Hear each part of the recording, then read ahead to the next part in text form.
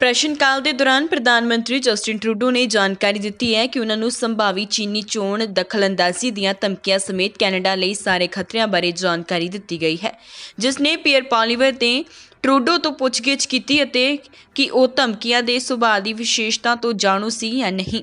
ਇਹ ਸਾਰੇ ਸਵਾਲ ਟਰੂਡੋ ਦੀ ਚੀਨੀ ਰਾਸ਼ਟਰਪਤੀ ਨਾਲ ਹਾਲ ਹੀ ਦੇ ਵਿੱਚ ਹੋਈ ਮੁਲਾਕਾਤ ਤੋਂ ਬਾਅਦ ਸ਼ੁਰੂ ਹੋਏ ਅਤੇ ਟਰੂਡੋ ਨੇ ਪਾਲੀਵਰ ਨੇ ਪ੍ਰਸ਼ਨ ਕਾਲ ਦੇ ਦੌਰਾਨ ਜਲਵਾਯੂ ਤਬਦੀਲੀ ਦੇ ਵਿਚਕਾਰ ਕਾਰਬਨ ਕੀਮਤ ਯੋਜਨਾ ਦੀ ਵਰਤੋਂ ਤੇ ਦੁਬਾਰਾ ਅਸਹਿਮਤੀ ਪ੍ਰਗਟਾਈ ਹੈ। The Chinese president said he, quote, his office said he, quote, raised our serious concerns about interference activities in Canada.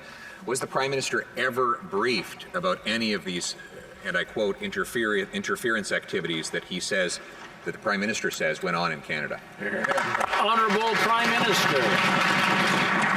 Mr. Speaker, I am regularly briefed by intelligence officials and security experts on threats to Canada and to Canadians, whether it be cyber threats, whether it be interference with Canadian diaspora communities, whether it be use of online misinformation and disinformation. There are a range of threats out there that Canadians and Canadian security agencies continue to be vigilant against. We will always be there to protect Canadians. Honourable Leader of the Opposition. What specific interference was the Prime Minister referring to when he raised his serious concerns about interference with the Chinese president? Honourable Prime Minister.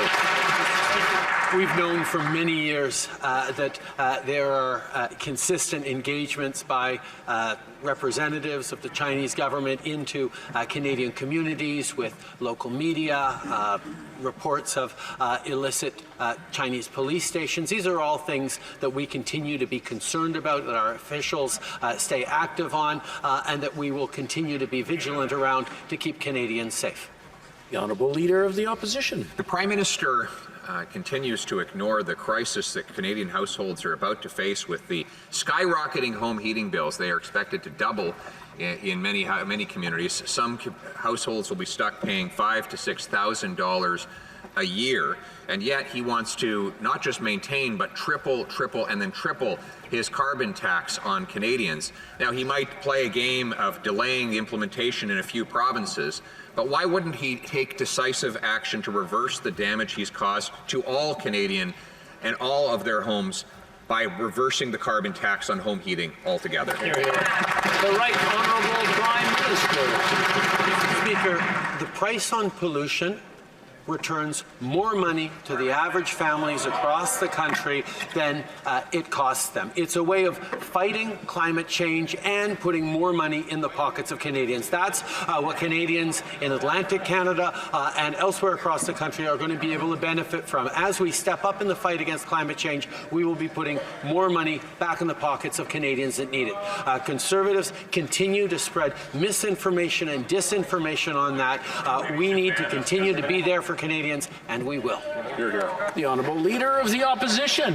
Our information comes from the man that he appointed as the parliamentary budget officer, and that same official calculated that 60% of Canadians will pay more in carbon tax costs than they get back in any rebates. And that is even higher in provinces where the federally imposed but provincially administered tax does not come with any rebate at all.